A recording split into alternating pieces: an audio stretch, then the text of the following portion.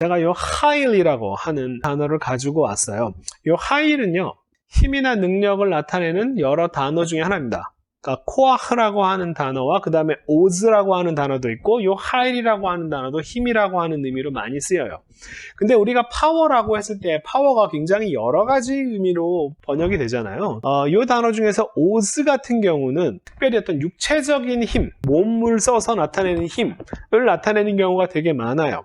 하일이나 코아흐는 보다 범용적으로 추상적인 의미로 쓰이고, 그리고 아까도 설명해 드렸지만 이 코아흐라고 하는 단어는 하나님께서 가인에게 네가 밭을 갈아도 땅이 그 힘을 너에게 주지 않을 것이다 라고 하는 의미로 쓰여서, 그래서 너는 정착 생활을 하지 못하고 땅에서 유리하면서 방황하는 그런 삶을 살게 될 것이다 라고 얘기했을 때 나오는 그 표현이 바로 이 코아흐입니다. 땅의 힘이라고 얘기했던. 자, 그런데 이 하일이라고 하는 단어는 이 육체적인 힘이라든지 이런 의미가 아니라 보다 되게 범용적으로 쓰이는 단어인데, 이 한 단어가 번역되는 여러 가지 경우들을 한번 보겠습니다. 이게 똑같은 단어가 다 쓰였어요. 그러니까 히브리어 한 단어가 우리말 번역이 얼마나 다르게 번역하는지를 여러분 잘 이해하셔야 돼요. 그래서 제가 항상 하는 얘기지만 한글 성경 가지고 신학이 안 돼요.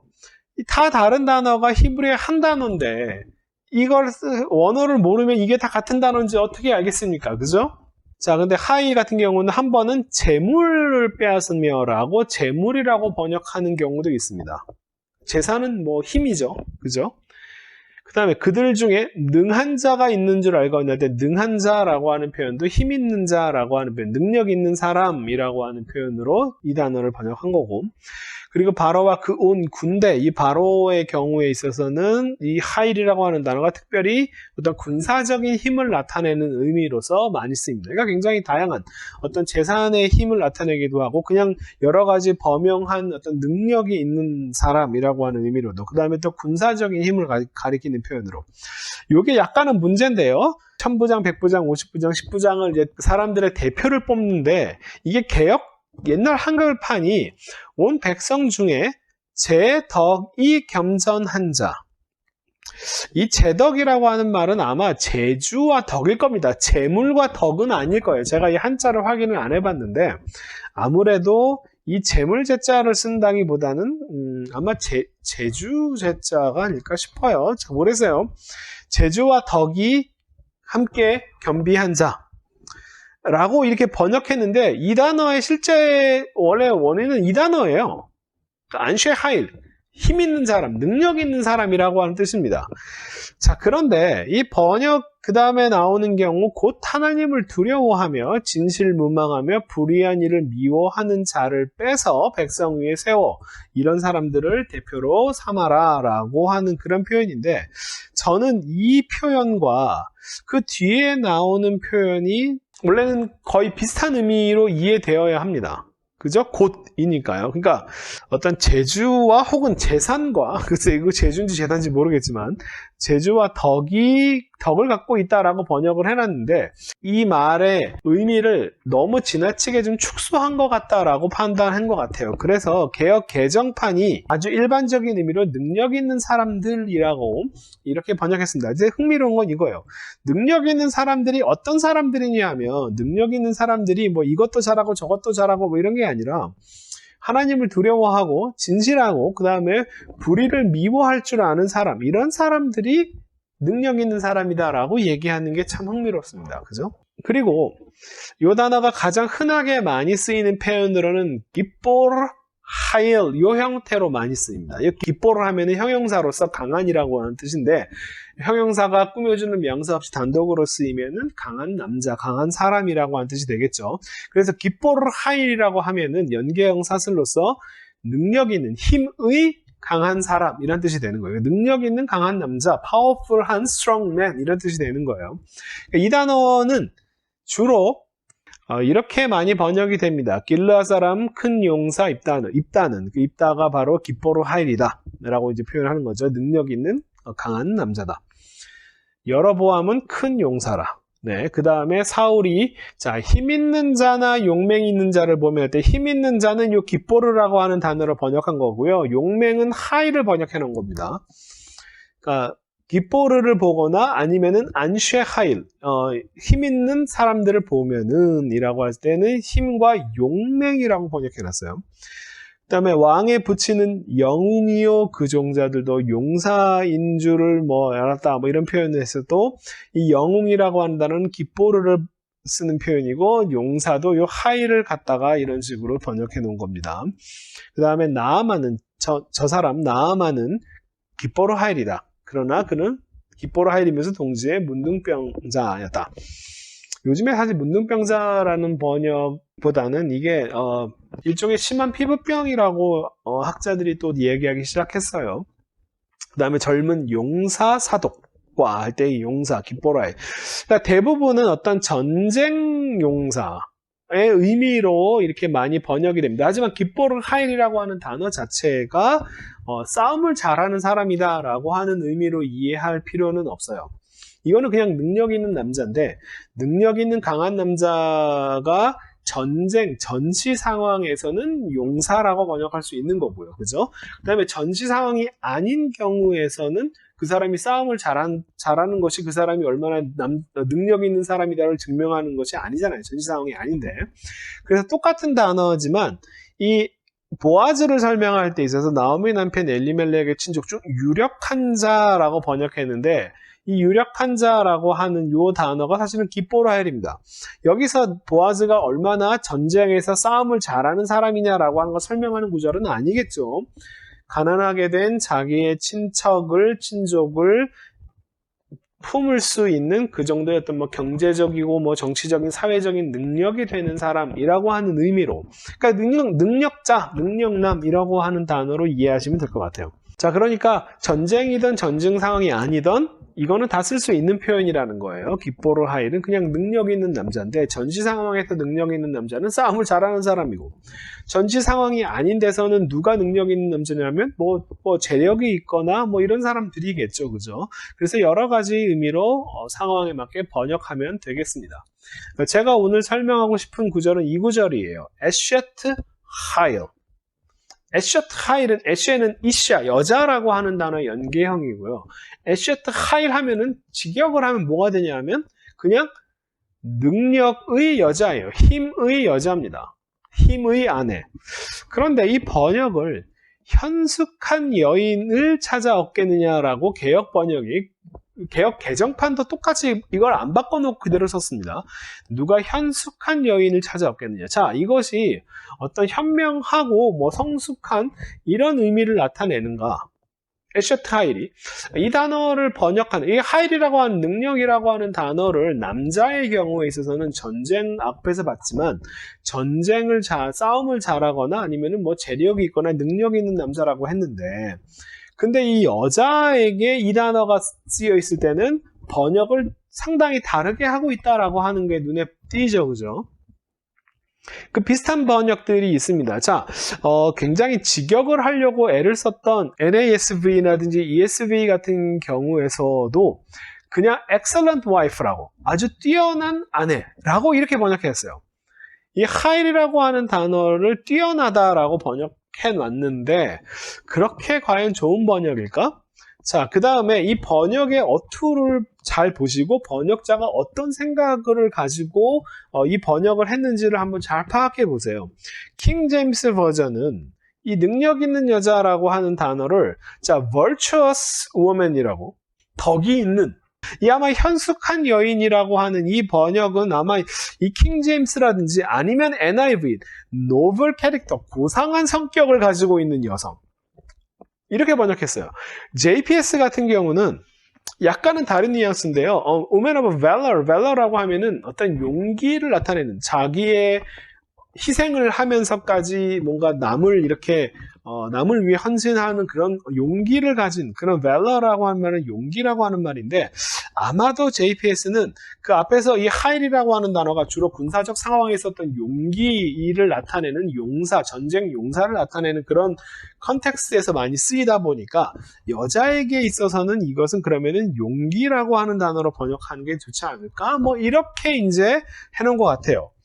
자, 이거를 그냥 파워풀한 아니면은 그냥 뭔가 능력이 있는 여자라고 하는 이런 의미로 번역을 왜 안 하고 이렇게 어떤 의미들을 부여하면서 번역을 했을까? 자, 그 외에 나머지 제가 번역들을 가져왔는데 이건 그냥 뭐 competent 아니면 capable 비슷한 의미로서 그냥 다 능력 있는 여자라고 번역해 놓은 그런 번역들이 있어요. 여자와 힘을 연결시키기가 유교적 사회에서 이 가부장적 사회에서 여자와 힘을 연결시키기가 어렵다 보니까 아마 이런 번역을 한 것 같습니다. 자, 우리말 성경 번역들 좀 보면은 쉬운 성경이나 현대인의 성경은 그냥 이 개역 번역의 현숙한 여인을 그대로 갖다 썼고요. 현숙한 여인을 현숙한 아내라고 번역한 거 바꾼 것밖에 현숙은 그대로 놔뒀습니다. 그러니까 뭔가 동양적, 유교적인 현모양처의 개념으로 이 구절을 이해한다는 거죠. 자, 공동 번역은요. 이거 참 웃긴데 공동 번역은 제가 의역이 너무 심하다고 말씀드린 적이 있는데 어진 아내, 착한 여자, 쉽게 얘기하면 착한 아내라고 해놨어요. 이 단어를. 이 단어가 남자의 경우에 있어서 단 한 번도 어질고 착하고 순하고 뭐 이런 의미로는 단 한 번도 쓰인 적이 없을 겁니다. 그러니까 이 단어의 의미 부여를 할 때 있어서 여자에게 이 힘이라고 하는 단어를 갖다가 어질다, 착하다, 순하다 이런 식의 의미로 번역해 놓은 건 저는 굉장히 문제가 많은 번역이라고 생각합니다. 새번역이, 표준 새번역이 그나마 이 하일이라고 하는 단어를 유능한 아내, 능력 있는 여자라고 이렇게 번역을 해놨어요.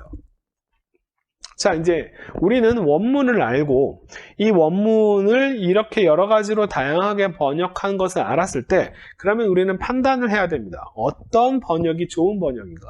현숙한, 어진, 유능한 이 단어의 의미를 파악하고 그것이 그 컨텍스트에 잘 맞냐 안 맞냐를 파악이 제일 중요해요. 어떤 하나의 단어를 어원적으로 알았다. 그게 끝! 이렇게 넘어가시면 안 됩니다. 이게 이제 히브리어를 공부하시고 그것을 성경을 이해하는데 연구하는 방법을 쓸 때 있어서 그 번역이, 이런 번역이 현숙한, 뭐 그런 것도 뭐 가능할 수 있겠고 어진다라고 하는 것도 가능할 수 있고 유능한도 가능할 수 있는데 이런 번역들이 이 상하몬 31장 본문의 내용에 과연 적합한가? 이 문맥의 적합성이라고 하는 컨텍스추얼한 적합성에 대해서 살펴보는 게 가장 중요합니다. 이 부분이 돼야 돼요. 자, 그래서 우리는 이걸 일단 공란을 하겠어요. 누가 어떤 여인, 에셔트 하일을 어떻게 이해해야 될까를 공란으로 치고 나서 이 잠언 10장 이후에 나오는 이 현숙한 여인이 어떤 여자인지 쭉 설명하는 내용들을 보시면요. 과연 이것이 어떤 신사임당 같은 현모양처의 이미지를 부여할 만한 자리냐? 아니면 정말 유능하고 능력 있는 여자를 의미하는가를 파악하시면 되겠습니다. 첫 번째는 그런 자의 남편의 마음은 그를 믿나니까 남편이 그 아내를 믿고 자 산업이 먹고 살고 그 돌아가는 모든 일들이 어려움이 없다. 살아있는 동안에 남편에게 선을 행하고 악을 행하지 아니한다. 자, 이렇게 보면은 현모양처 같은 느낌이 들죠. 그죠? 양털과 삼을 부지런히 그러니까 손으로 일하면, 그러니까 집에서 하는 이런 노동들, 간의 수공업을 또 열심히 하면서, 그러니까 이것만 하면은, 여기까지만 보면은, 동양적인 뭐 현숙한 여인, 집에서 뜨개질하고 바느질하고 뭐 이런 이미지가 보이겠지만 그 다음부터 보세요. 상인의 배와 같아서 상인이 여러 외국을 다니면서 음식을 구하는 것처럼 먼 데서 양식을 가져오면 집안에 가만히 있는 여자가 아닙니다. 그렇죠? 이런 부분 보시고 밤이 새기 전에 일어나서 자기 집안 사람들에게 음식을 나눠주고 여종들에게 일을 정하에 맡겨 사람들도 다 관리를 하고요. 이런 것도 뭐 집안에서 할 수 있는 일이긴 하지만 자 나가서 밭도 살펴보고요. 자기 손으로 번 것 가서 돈도 벌고 그 다음에 나가서 밭일도 하고요. 표도원도 일구고 힘있게 허리를 묶으며 자기 팔을 강하게 하며 자기의 장사가 잘 되는 줄 자 사업도 하고 밤에 등불을 끄지 않고 낮에 바깥에서 나가서 사업도 하고 장사도 하고 밤에 와서는 이렇게 또 뜨개질하고 뿐만 아니라 주위에 가난하고 불쌍한 사람들을 도와주는 그런 일까지도 하는 사람이고요. 자 그리고 자기 집 사람들에게 다 홍색 옷이라고 하는 말은 뭐 귀한 옷의 의미겠죠. 이 이게 홍색, 붉은색이라고 하는 단어가 유다와 다말 이야기에서 제라흐, 히브리 우리말로는 세라라고 번역했는데 그 제라흐의 손가락에 그 첫째를 나타내는 진홍색 실이라고 할 때 그 단어예요. 그렇게 붉은색 옷을, 그러니까 귀한 걸 나타내는 표현이겠죠. 그 귀한 옷을 입혀서 눈이 와도 걱정할 수 없으니까 추위에서도 잘 이겨낼 수 있도록. 그 다음에 뭐 이불도 집도 짓고 하는데 남편은 뭘 하냐면 남편은 별로 하는 게 없어요. 남편은 그 땅의 장로들과 함께 성문에 앉아서 사람들의 인정을 받으니까 바깥에서 이렇게 성문에서 그런 장로들과 함께 둘러 앉아가지고 사실은 이건 뭐 재판을 나타내는 그런 상황일 수도 있긴 합니다만 밖에서 특별히 집에서 하는 일이 없고 돈도 안 벌고요. 밖에서 이런 일만 하는 거예요. 자, 그 여자가 배로 옷을 지어 팔며 띠를 만들어 상인에게 맡기고 그러니까 장사도 하고요. 자, 거기다가 또 지혜롭기도 하고 그 혀로 인해의 법을 말하고 집도 자기 보살피고 자식들은 일어나 감사하며 그 남편을 칭찬하기를 해라면서 이것은 맨 마지막 구절입니다. 그러면서 개역 번역이 덕행 있는 여자가 많으나 그대는 모든 여자보다 뛰어나다 라고 이 덕행 있는 여자라고 번역하면서 앞에서 현숙한 여인과 덕행 있는 여자가 일종의 수미상관으로 이것이 참 이상적인 그런 현모양처의 모습이다 라고 마지막으로 이렇게 붙여놨는데 이것도 문제예요. 원어를 보면요 라보트 바노트 아수 하여 자, 많은 딸들이 지역하면 많은 여자들이 힘을 행사한다, 능력을 행사한다예요. 그런데 너는 알리트 위에 올라가 있다. 알콜라나 모든 여자들, 그녀 모두들 위에 너는 올라가 있다. 라고 하는 그런 표현입니다. 자, 이게 직역이에요. 근데 이 부분을 하일이라고 하는 단어가 쓰였는데 이걸 갖다가 덕행이라고 하는 단어로 단어를 바꿔놨어요. 공동번역 문제 많다고 얘기했죠. 살림 잘하는 여자 이렇게 번역했어요. 이게 지금 살림이라고 하는 단어로 굉장히 한정해서 번역한다는 거예요. 새 번역은 위에서는 능력 있는 여자라고 번역했으면 이 뒤에도 똑같이 능력을 행하는 여자들은 많이 있으나 라고 하는 그런 식으로 번역을 해야 되는데 또 비슷하게 덕을 끼치는 여자라고 하는 식으로 단어를 싹 바꿔놔버렸어요. 그래서 결과적으로 유교적인 어떤 현모양처의 그런 이미지를 크게 벗어나지 않도록 단어를 만들어놨습니다. 근데 내용을 보시면 아시겠지만 이게 단순히 집안을 잘 보살피는 그런 어떤 현모양처의 모습과는 좀 차이가 납니다.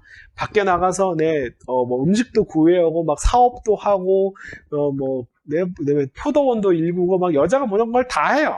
그러니까 능력 있는 여자라고 번역하는 게 제일 낫지 않을까 싶어요. 자, 현숙한, 어진, 유능한이라고 하는 이런 의미 중에서 어떤 번역이 이 전체 본문의 내용이 가장 적합한가라고 했을 때 저는 이 단어가 제일 낫다고 생각합니다. 그리고 이 현숙한 어진이라고 하는 이런 번역들은 저는 굉장히 유교적인 번역이라고 생각합니다. 특별히 잠언을 번역할 때 이 잠언의 번역이 마치 서당의 훈장 선생님이 제자들한테 가리키는 그런 스투의 말투로 많이 번역해 놓으면서 굉장히 유교적인 번역들을 굉장히 많이 해놨습니다. 거기다가 또 가부장적인 선입견이 굉장히 이 번역들 안에는 어진 여자, 그러니까 이런 여자가 착한 여자다라고 설명하는 거예요.